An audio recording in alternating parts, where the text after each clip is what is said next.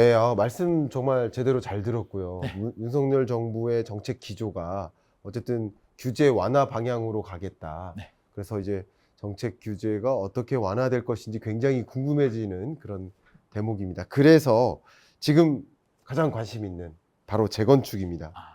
재건축 부담금 합리화 방안 발표했지 않습니까? 먼저 재건축 부담금 제도가 무엇인지 우리 시청자 여러분들께 좀 설명해 주시면 어떨까요? 재건축 부담금은 우리가 쉽게 말하면 네. 이제 재건축 사업을 하면 개발이익이 생깁니다. 그렇죠. 그렇죠. 그러면 정상적으로 집값이 오르는 것보다 네. 옆에 아파트가 있으면 그 아파트가 오르는 것보다 재건축은 더 오르겠죠. 네. 오래된 아파트가 새 아파트가 되니까 더 그렇죠. 오르니까 너 많이 올랐네? 네.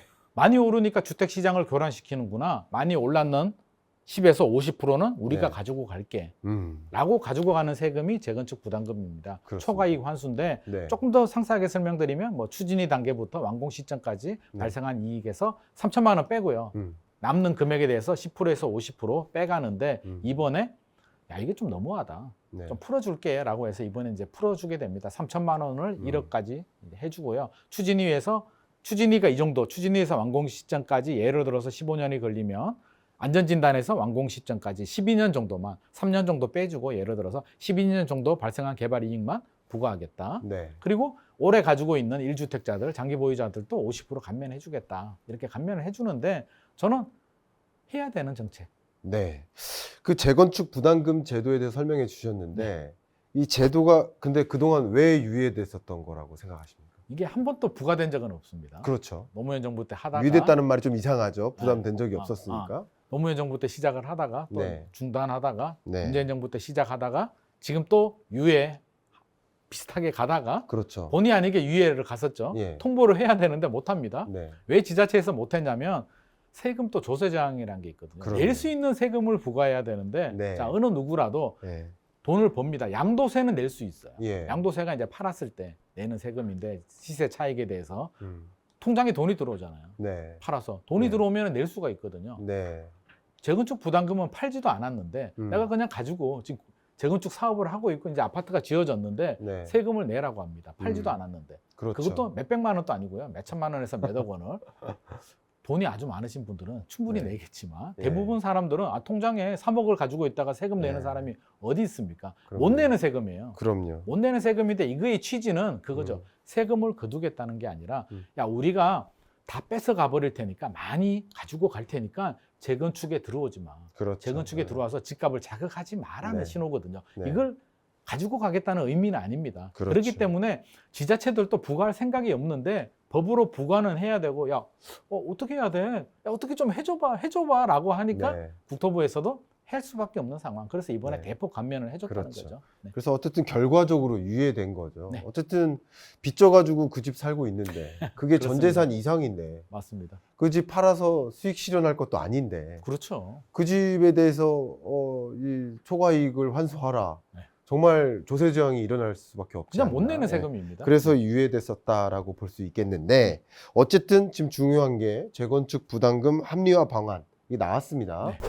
이 방안을 통해서 결과적으로 이 재건축 시장에 어떤 변화가 있을 거라고 판단하고 계십니까? 저는 아쉽게도 큰 네. 변화는 없을 큰 변화가 없을 것이다. 왜냐? 두 가지 이유가 있는데요. 네네. 하나는 이제 우리가 심리가 크거든요. 아파트 네. 시장은. 네. 작년 2021년 상반기 정도만 이런 뉘앙스라든지 이 네. 정도 발표만 됐어도 아마 난리가 났을 겁니다. 야, 네네. 재건축 다시 오른다야. 재건축 들어가야 돼라고 하겠지만 지금은 과도한 상승에 대한 피로감에 금리 불확실성까지 덮쳐서 맞아요. 집값이 오른다라는 기대감이 없어진 상태에서 네. 재건축을 풀어준다라고 해서 지금 집을 사야 된다? 네. 공식에 성립이 되지 않고요. 네. 초과이익 환수, 재건축 부담금은 마지막 단계예요. 네. 끝났을 때. 네.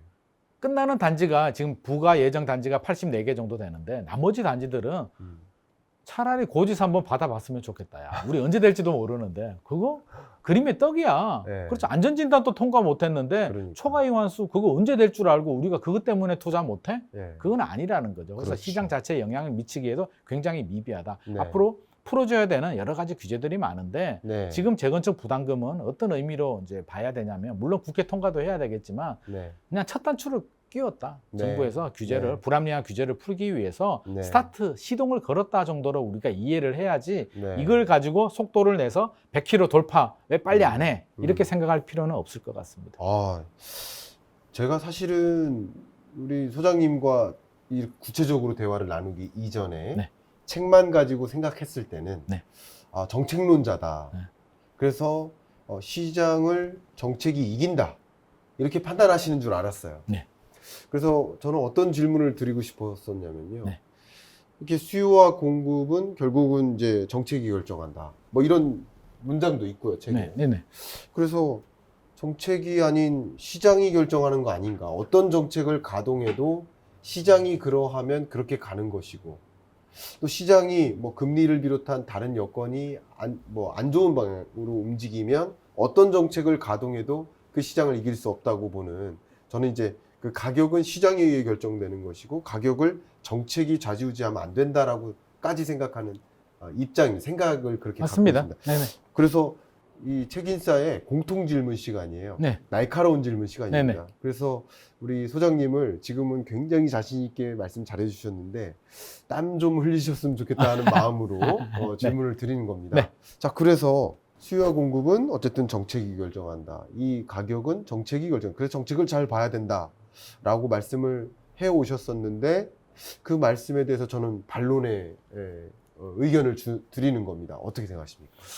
저도 일정 부분 당황이 공감을 좀 아니 바로 공감하시면 당황이라기보다는 어떡합니까? 바로 공감이 아니라 양쪽이 다 맞는 얘기인데요. 아, 그러시군요. 정책이 시장을 극복하거나 모든 걸 해결할 수는 없는 거죠. 네. 하지만 치명적인 영향을 주는 것도 맞는 겁니다. 그래서 그렇습니다. 이거는 뗄래야 뗄 수 없는 그런 애증의 관계라고 음. 보여지는데요. 항상 네. 정책은 좀 따라가는 입장입니다. 왜? 네. 항상 정부 정책은 시장을 보고 통계를 보고 나오기 때문에 정책이 네. 나오는데 이게 왜 바로바로 약발이 안 먹히고 예. 저는 폭주기관차라는 이야기를 많이 쓰거든요. 네. 폭주기관차, 부동산 시장은 폭주기관차다. 왜? 음. 출발해야 될 때, 그러니까 침체가 됐을 때, 살려야 될 때 정책이 나와도 네. 출발하지 않는다. 네.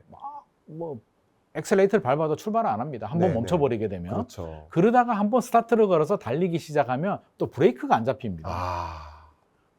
한번 밟고 하면 나중에 이제 시장이 꺾일 때 되면 그 정책의 효과가 더해지면서 또 완전히 더해지고. 멈춰버리게 되거든요. 네. 정부가 바라는 거는 천천히 좀 달려가기를 원하는데 달릴 네. 때는 너무 빨리 달리고 멈출 때는 또 멈춰버리는 게 문제란 말이에요. 음. 그래서 이게 정책과 뗄래야 뗄 수 없는 관계고요. 저는 정책이 시장을 완전히 이기지는 못한다라고 봅니다. 우리 역사적 사례를 보더라도 어느 국가가 정책으로 시장을 장악을 할 수 있겠습니까? 그거는 불가능하지만 치명적인 영향도 준다. 그래서 우리가 정책을 절대 무시하면 안 된다. 좋습니다. 집값 오를 때도 노무현 정부 때도 그랬고요. 이번에도 똑같은 반응이 나왔습니다. 어떤 네. 반응이냐면 노무현 정부 때도 그랬거든요. 정책 부동산 대책이 발표되면 시장의 반응이 그래서 잡을 수 있겠어? 그래서 뭐 어쩌라고. 우리는 신경 안 써 라는 네. 반응이었고요. 예. 2018년, 19년, 20년 이렇게 오를 때도 문재인 정부가 26번 이상 대책을 발표할 때에도 콧방귀 꼈죠. 네. 아유, 그거 뭐 집값 오르는 게 더 많은데. 하지만 집값 상승폭이 꺾이게 된다면 그 정책의 무게는 굉장히 무겁습니다. 지금 또 만약에 윤석열 정부에서 풀어준다라고 하지만 제대로 안 풀고 있잖아요. 네. 시장에서 풀어달라고 아우성을 치는 게 그 정책의 무게 때문에 그렇거든요. 그렇군요. 여기서 시간이 더 지나고 빨리 안 풀어주게 된다면 하락 속도는 더 가팔라지겠죠. 그래서 이 정책은 저는 항상 예의주시해야 된다. 저는 그런 말씀 드려요. 물론 정책이 시장을 이길 수도 없지만 네. 시장이 정책에 맞서지는 마라. 네. 칼자루를 쥐고 있는 정부가 만들어내는 정책에 절대 맞서지는 마라. 그래서 저는 좀 따라가야 된다고 봅니다. 네. 정부가 물론 바로 야 사지 마라고 하면 나는 안 살게. 살게 이렇게 반응하기보다는 시차가 있더란 말이에요. 그래, 2년, 맞아요. 3년 정도. 시차가 왜냐하면 사람들은 항상 왜곡인지를 하고 여러 가지 심리가 작용하기 때문에 정부가 부동산 대책이 나오고 하나 서울 규제 지역으로 묶고 양도세 중과세가 나오고 여러 가지 규제들이 나오면 눈여겨보다가 정부가 집값이 오버슈팅 됐다라는 신호를 주는구나. 이거는 눈여겨보다가 2, 3년 후에 조정장이 올 수도 있겠구나라는 생각을 스스로 해야 되고요. 반대로 하락일 때도 규제를 풀어줄 때 풀어줬으니까 바로 사야지가 아니라 네. 하나 풀어주고 2개 풀어주고 3개 풀어줬을 때 신호를 보면서 바닥이 가까워졌구나. 서울이 규제 지역이 풀렸네. 네. 서울이 투기 과열지구 조정 대상 지역이 풀렸구나. 이거는 정부가 바라볼 때 이거 얼마나 많이 침체가 됐으면 풀어줬을까? 양도세 특례 5년간 면제가 나왔어. 네. 야, 이거는 네. 정부가 너무 강력하게 풀어줬는데 이 정도면 정부가 바라볼 때 매우 심각하구나. 이제는 들어가도 되겠구나라는 타이밍을 잡을 때 저는 정부 정책이 굉장히 중요한 잣대가 되리라고 생각을 합니다. 그러니까 결국은 시장도 봐야 되고 그럼요. 정책도 봐야 되고 그렇죠. 둘 다 무시할 수 없는 그럼요. 굉장히 중요한 변수다라는 맞습니다. 말씀 주셨고 이 날카로운 질문을 완전히 무디게 만들어 주시는 엄청난 설명이셨고 저도 상당 부분 동의합니다. 결국 시장이 어떤 흐름인지를 판단하고 정책이 일시적이든 혹은 중장기적이든 좀 시간적인 격차를 두고 영향이 그렇죠. 미쳐질 수 있으니까 두 가지를 고루 봐야 된다라는 말씀 저도 잘 이해했습니다. 이제 날카로운 질문 두 번째입니다. 네. 이번엔 긴장이 되실지 모르겠습니다. 네. 이렇게 보다 보면 물론 소장님이야 부동산 분석하고 부동산 정책 방향 해석하고 진단하고 그게 일이시지 않습니까? 네. 또 얼마 전에도 세종시 가셔서 또 시장도 한번 보시고 네. 그게 일이시니까 그럴 수 있지만 네. 하루 종일 야근하고 하면서 바빠 죽겠는데 내가 언제 정책 보도자료 보느냐 내가 맞습니다. 언제 부동산 데이터 어디서 다운받는지도 모르지만 네. 그거 언제 분석하고 저도 그게 일이니까 하지만 그렇죠. 보도자료 보고 데이터 분석하고 그건 소장님만이 할 수 있는 일이지 우리가 이 이야기 듣는다고 소장님 그 책 본다고 해서 내가 스스로 판단할 수 있는 거냐 하는 이 댓글을 네. 다시다가 제가 얘기해서 멈추신 분이 계십니다. 네, 말씀 한번 해주시죠. 그것도 맞는 말이죠. 사실 땀 좀 흘리셔 주셔야 일반인들이 되는데. 보시기에는 야, 너는 아니까 그렇게 쉽게 얘기하잖아. 그렇죠? 직업이잖아. 네. 직업이니까 그렇게 하지. 나는 보도자료 봐도 모르겠는데? 네. 라고 말씀하시는 분들이 굉장히 많습니다. 물론 맞습니다. 틀린 말도 아니고요. 뭐 예. 저도 충분히 공감하고요. 네. 그분들이 맞다고 봅니다. 아니 예. 먹고 살기 바쁜데 일하기도 야근해야 되는데 보도자료 받아서 그거 읽고 있으면 네. 그 팀장이 좋아하겠습니까? 너 뭐 하는 거야? 이렇게 네, 나오죠. 그래서 그렇죠. 그렇게는 하지 마시고요. 절대 같이 그렇게 봐. 할 필요는 없습니다. 뭐 하는 거야? 같이 봐. 왜 너만 봐? 그런가요? 네. 네, 농담입니다. 절대 그렇게 네. 할 필요는 없는 거고요. 자, 네. 저는 뭘 봐야 되냐면 여러 가지를 봐야 되지만 정부가 정책을 발표할 때 모든 정책을 우리가 다 볼 수는 없지만 네. 뉴스, 네. 뭐 네이버든 다음이든 뭐 네. 뉴스를 볼 때 부동산 대책이라고 발표가 될 때가 있거든요. 그렇죠. 그게 뭐 몇 달에 한 번 정도 나올 거예요. 부동산 대책이요. 그냥 맞아요. 잘잘한 거 말고요. 이번에 재건축 부담금 이런 거 예, 뉴스 나오잖아요. 예. 그런 거는 국토부 사이트 가서 저는 보도자료 한번 다운을 받아보셔라. 한 오케이. 2달에 한 번 정도 나오는데 네. 2달에 한 번 10페이지 정도 되는 보도자료를 다운받기 싫다는 건 네. 부동산에 대한 저는 관심이 없어도 너무 없다. 네. 주말에 쉬는 날에 그 정도는 그거 투자하셔야 된다. 그 정도 봐서 네. 커피 한 잔 마시면서 읽어보면 내용이 네. 굉장히 유익합니다. 네. 자, 네. 쉽게 설명드리면 네. 그 자료를 만드는 국토부 예. 사무관은 얼마나 고생해서 그걸 만들었겠습니까? 자료 통계 자료 만들어야죠. 네. 그 피땀에 어린 리포트가 보도자료입니다. 네. 정책의 보도자. 거기 그렇죠. 보면 부동산 시장 흐름, 예. 지표, 예. 통계, 이 정책 왜 이런 게 나왔고 이 배경 앞으로 어떻게 진행이 될 것인가에 대한 설명이 다 나옵니다. 네. 그러면 그 10페이지 읽는데 맨날 며칠 걸릴까요? 그냥 가벼운 마음, 우리가 공부하는 거 아니니까 흐름만 쭉 읽어보시라는 거죠. 쭉 한번 읽어보시고요. 경제신문들 이렇게 보고, 요즘 유튜브도 잘 나오니까 자기 전에 유튜브 좀 보고. 네. 그리고 이제 우리가 다 알 필요는 없고요. 부동산 정책을 바라볼 때 제가 좀 쉽게 설명을 드리자면 시그널이 있거든요. 고점의 시그널이 있고 네. 저점의 시그널이 있는데 네. 부동산의 고점의 시그널 같은 경우 이제 과열이 됐을 때 시그널 같은 경우는 정부가 이제 정책을 규제를 하죠. 규제를 하는데 처음부터 한꺼번에 모든 규제들이 나오지 않거든요. 규제 지역을 묶어도 강남부터 묶고요. 네. 그렇죠? 강남 네. 묶고 조정 대상 지역, 투기 과열 지구 묶고 마용성 묶고 외곽 지역 이렇게 지방까지 묶고 나면 거의 다 묶은 겁니다. 아, 이거 거의 다 나왔다. 지방까지 묶고 그다음에 두 번째가 뭐 묶으니까 양도세 같은 거도 나오고 대출 규제 같은 경우 강화시키고요. 그리고 또 하나 재밌는 시그널이 있는데요. 주변 친구들 한번 보세요. 네. 주변 친구들을 보면 여러 성향들이 있거든요. 적극적인 투자 성향을 가지신 분들이 있고요. 보수적인 투자 성향 맞아요. 중에서도 위험 회피 성향 너무 강해서 나는 절대 대출 안 받아. 절대 집 안 사. 네. 이런 분들 계세요. 계시죠. 항상 있는데 그런 분들이 집을 삽니다.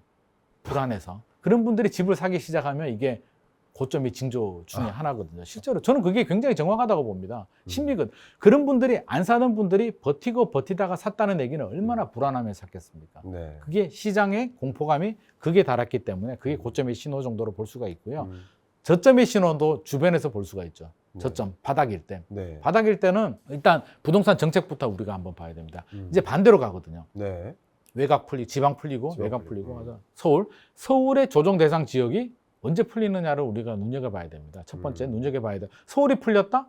아, 정부가 강력하게 풀어줬구나. 못 견디겠네. 정부가 위기감을 느끼는구나 정도로 이해를 해야 되고요. 거기에 네. 플러스 양도세 특례, 네. 5년간 양도세 면제 나오면 끝났다. 네. 이거는 더 이상 나올 게 없다. 양도세 특례 다음에 나올 정책이 없습니다.